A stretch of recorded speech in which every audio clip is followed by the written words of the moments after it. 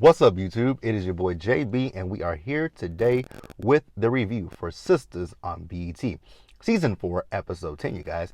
The episode is titled Our Favorite Places.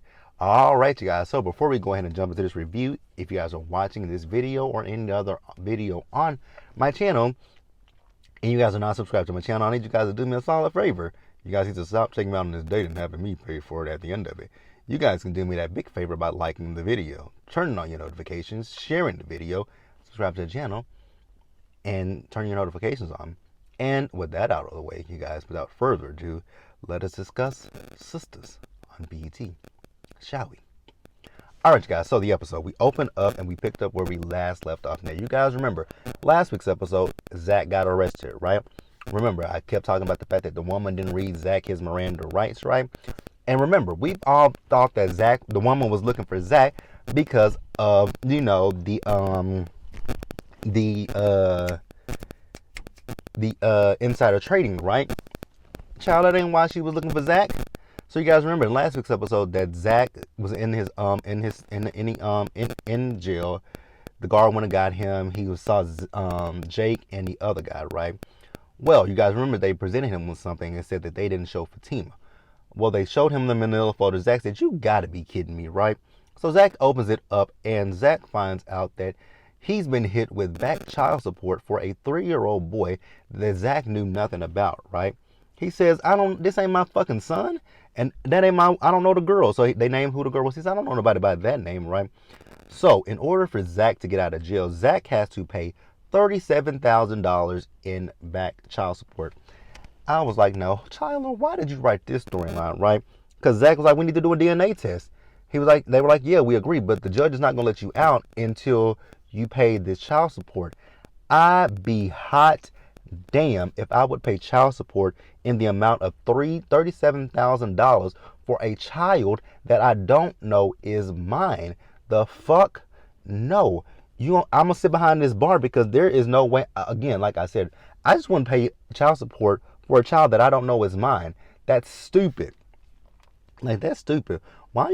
So you saying I can't get out of jail, and I'm sitting here telling you this ain't my child, right? So y'all going off of what the woman says. Now, granted, I always say believe the woman, right?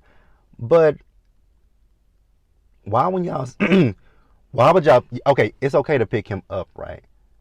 For back child support. We know this happens, where men get picked up for back child support, right? But in those instances, the man knows about the child and he just neglects the child. Zach knows nothing about this child. So Zach didn't neglect his quote unquote child. Zach knew nothing about this child, and I question that. Child. So that's the only way Zach can get out is if he pays that $37,000. Zach, I can't get the money. They're like, well, we can go to the bank. He says it's 4:00. Oh shit up.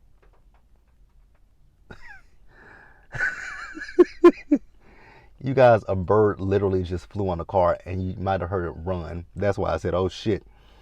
So Zach says, well, the only money that he has is in a safe and it's at Fatima's crib.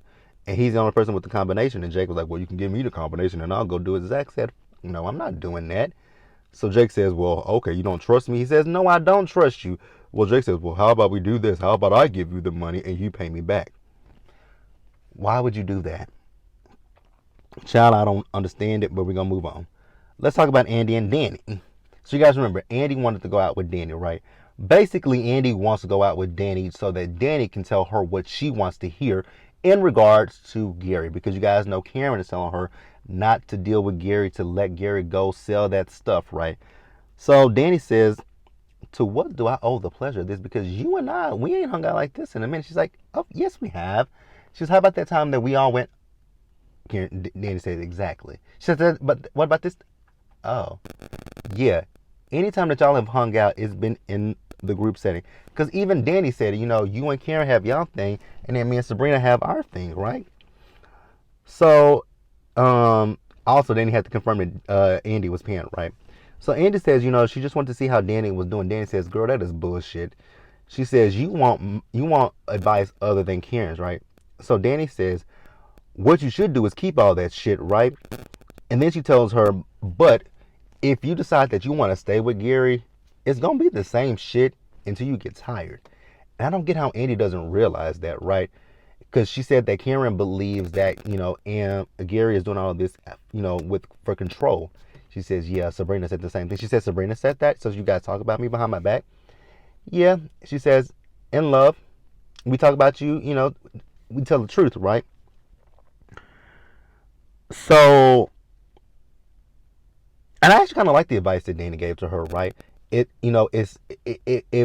could backfire, right? The only way to really get over him is to go back with him.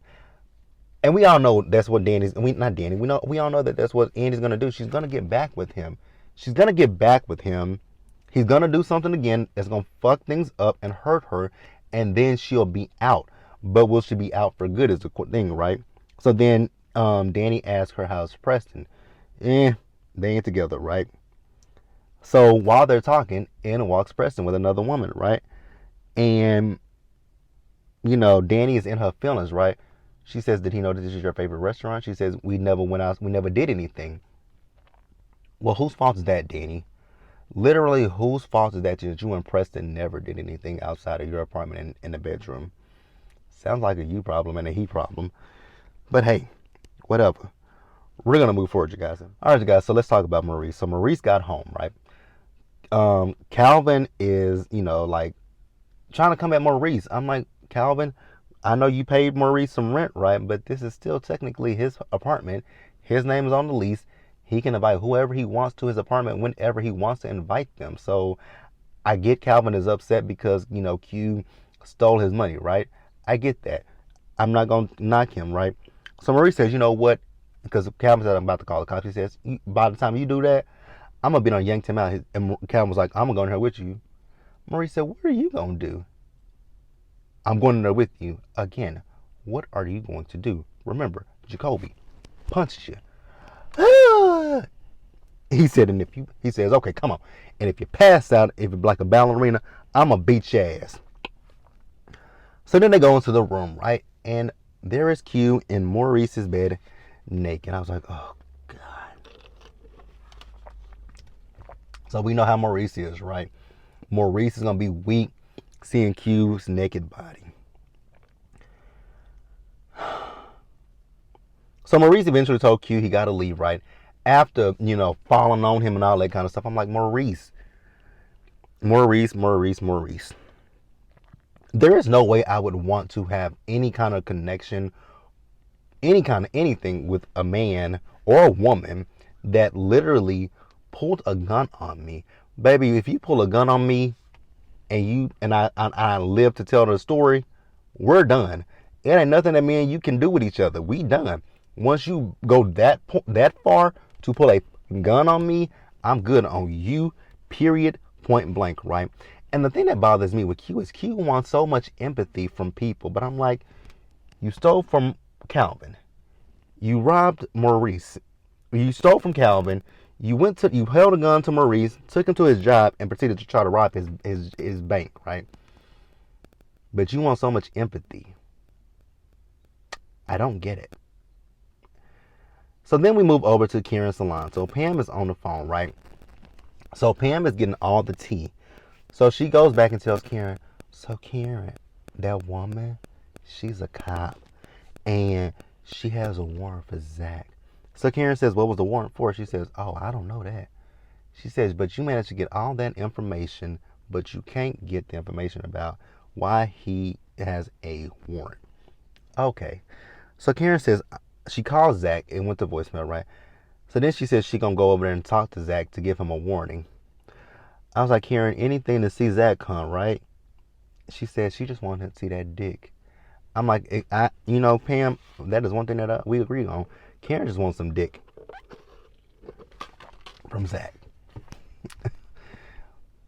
Also, she's jealous too. That's the other thing. Karen is very jealous. But we're gonna pause here, you guys, and move forward. All right, you guys, so we move back over to Danny and Andy who are at the restaurant, right? Child, the fact that Andy left her credit card with Danny, I'm not leaving my credit card. Me and my best friend have been friends for almost 17, 18 years, right? I think this year's 18. I love my bestie to death, right? But I'm not leaving my credit card with my bestie. Love her, but I'm not leaving. I wouldn't even leave my credit card with my family. The only person I've ever felt comfortable with leaving my credit card or my debit card with is my mother. She is the only person that I have ever done that with. Anybody else, I won't do it. Actually, I've given my card to my little cousin, but I wouldn't do it, right? So Andy tells Danny not to go over and talk to Preston. She says, "Oh, girl, I'm gonna do that." Yeah. So Andy leaves, right? So then Danny goes over there where Preston and the lady are. She says, "Well, who is this lady?" So her name is Kelly. She says, "Girl, we done met each other before." She says, "We have? Where we meet at?" She says, "We met at the gym through Zach." She's like, "Oh, okay. So did Zach introduce you two?" Preston says no. Kelly says yes, right? So then Danny wants to go one step further. She says, "You came to this restaurant knowing it's my favorite restaurant, so you want to see me." He says, "That's not what it is, Danny." So then Danny asked them, what were they talking about? I'm like, Danny, what in the fuck does that have to do with you? What Kelly and Preston were talking about? She says, "Were y'all talking about cows and, bluegrass music?" Kelly says, "No, we were talking about, politics and music." She said, "Bluegrass." She says, "No, hip hop." I was like, Danny, you really are embarrassing yourself. You do realize that you're embarrassing yourself, and I think you just might want to, skip on out. Because I was really embarrassed for Danny. Really was embarrassed for Danny. So then we moved back over to Maurice, right? So Maurice got all hot and bothered, right? He went to go take a shower. He told Q to leave. He comes back out of the bathroom, and Calvin was like, "I thought you were taking a shower." He's like, "No, I wasn't. I just wanted him to go." So Calvin says that Q is barely gone because he's down there on the steps. Then he tells Maurice he better not let him back in. I was like, "Who the you talking to?" So then Maurice's phone starts ringing and it's Q. I'm like, oh my God. Maurice, you gonna let him back in and you're gonna have sex with him. It's gonna happen. Mark my words. You guys know next week is the mid-season finale. It's gonna happen. It is going to happen, right? So then we see Danny. So Danny went over to Sabrina's crib, right? She's telling her about Preston being at Olive Bar with another woman, right? The same, she and Andy were out together, and Sabrina's like, "You and Andy went out?" She's like, "Yeah." She's like, "What was that about?" She said, "Girl, you know how Andy is. Andy got advice from Karen. She didn't like that advice. She came to me because she wanted me to tell her what she knew she was gonna already do, right?" She said, "Oh, okay." So then, Danny is telling Sabrina about, Preston being at the bar with Kelly and that Zach set it up. Danny, I'm just confused with Danny, right? Danny is upset. Danny is jealous, right? But Danny won't sit and tell Preston what she wants, and that is my biggest grievance with Danny is the fact that Danny just won't say what she wants. I get frustrated with Danny in that situation, right? So she's telling, Sabrina that she does like Logan, but she's just playing hard to get, right? Sabrina says, "Well, you know what? I'm thinking about moving on from Calvin." Me and Danny both said, "Yeah, you should." Then she tells her about Bayo, right? He asked her on a date. She says, "Okay, when are you going? Give me your phone. What's his name?" So Danny goes to her phone. She texts Bayo to ask him out on a date. Then she says, "But I have a date with Calvin." She says, "Okay, got it. Let's cancel this date with Calvin." Calvin says, "Sure, we can reschedule." Boom. Bayo, "Can we have a date tonight?" He says, "Yes." Boom. Where? Boom. Olive Bar. Boom. 8 o'clock. Boom. You got a date. She's like, "But what about Calvin?" Girl, leave Calvin alone. Let Calvin be. Let Calvin and his panties be in a bunch. I don't care. Moving on, you guys. Oh my God. How did I get to her already? The bird. Andy. So we see Andy, right? She's wanting to call Gary. I'm just like, oh God. I'm like, Andy, do you and me a favor. Make that fucking phone call because I am so tired of Andy going back and forth about this situation with Gary. If you like it, I love it, but I just don't. I mean, when I think about Andy, I still think about the fact that Gary hugged her so tight that he bruised her ribs. But she's okay with that shit, right? So she got a call from Robin, who's on his way back to Atlanta, right? So he says we should go out for a drink. She says, not tonight. He says, "How about tomorrow?" She says, "That could work," right? So then he's talking to her. He's like, "You know what? I can hear a little bit of hesitation in your voice. So you're back on the fence between me and Gary." "No, I'm not." "Yes, you are." So she got a text message from Gary about meeting up. So her bird ass is finna get up to go meet Gary. So then we move over to Karen, right? So Karen and Fatima are both at Zach's crib, right? So Karen gets out of the car, and so does Fatima, and they have a conversation. And Karen's like, she just wants to talk to Zach, and Fatima's like, okay, well, come in. She's like, yeah, I want to talk to him alone, right? So then Karen lets her know that she's mad looking at that house and how well Zach is doing, and he's doing all this stuff with her in 3 weeks, but in 3 years he couldn't do that with her. And Fatima says, would it have made a difference? She says, yes, his confidence would have made a difference. But Karen, didn't Zach say that you tore him down? I'm not sitting here saying that a woman should uplift a man, right? I'm not gonna sit here and say, oh, women, you gotta uplift a man, you gotta uplift a man, right? No, but you also, in the same respect, don't have to belittle him and talk down to him, right? You don't have to. I'm not saying uplift a man, but don't belittle a person and talk down to him. That's the only thing I'll say. That's the only thing I'm gonna say. I'm not gonna say uplift him. I'm just gonna say don't talk down to him or belittle him, right? And I like in this scene that Fatima was very nice to Karen because, baby, it wouldn't have been me. So then, Fatima's like, well, you know what? I'm going to go inside and get him, and then I'll tell him to come out. She says, okay.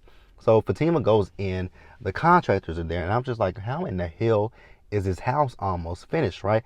The man said that Zach can move in by the end of the week, by the weekend. I was like, how? Okay. But Fatima, the guy tells Fatima that Zach got picked up by the cops, right? So Fatima goes back outside. She tells Karen. Karen thinks that she's lying. She's like, his car is here. She says, but Karen, he's not here. Do you want to come in? Karen got upset and left. I'm like, what the fuck was that, Karen? So then Karen, I guess she's back at her apartment, right? So her phone rings and she looks at it. She rolls her eyes. I'm like, oh, that must be Aaron. And she answers it, what? I was like, rude? Excuse you? So he tells her that he talks to one of his friends who's her husband is an OBGYN and he can get her in tomorrow. She's like, well, I don't know if my insurance will cover it. Girl, what? Karen is coming up with any reason and any excuse not to go to the doctor to confirm, one, that she's pregnant, and two, if she is pregnant, how far along she is. Making me start to question, is Karen even fucking pregnant, right? So then we end the episode with Sabrina in this very loud ass dress she got on, right? On this date with Bio. I don't really care about this date. Bio, he ordered wine for them and appetizers. While they're on the date, who walks in? Calvin walks in. I'm like, how interesting, how random is that? That you on this private room and Calvin comes in. So Calvin's gonna disrupt their date. I don't really give a shit. I hope. Oh God, I just really want Sabrina to move on from Calvin. I'm just tired of the back and forth with Sabrina and Calvin. But hey, you guys, that is the episode. Let me know what you guys thought about it. Leave your comments in the comment section below. Subscribe to the channel and turn on your notifications so that way you guys are notified when I drop anything else. Share your video, you guys. And until the next time, stay safe, take care of yourselves, wash your hands, wear a mask, socially distance, be blessed, and I'll see you guys in the next one. Bye, guys.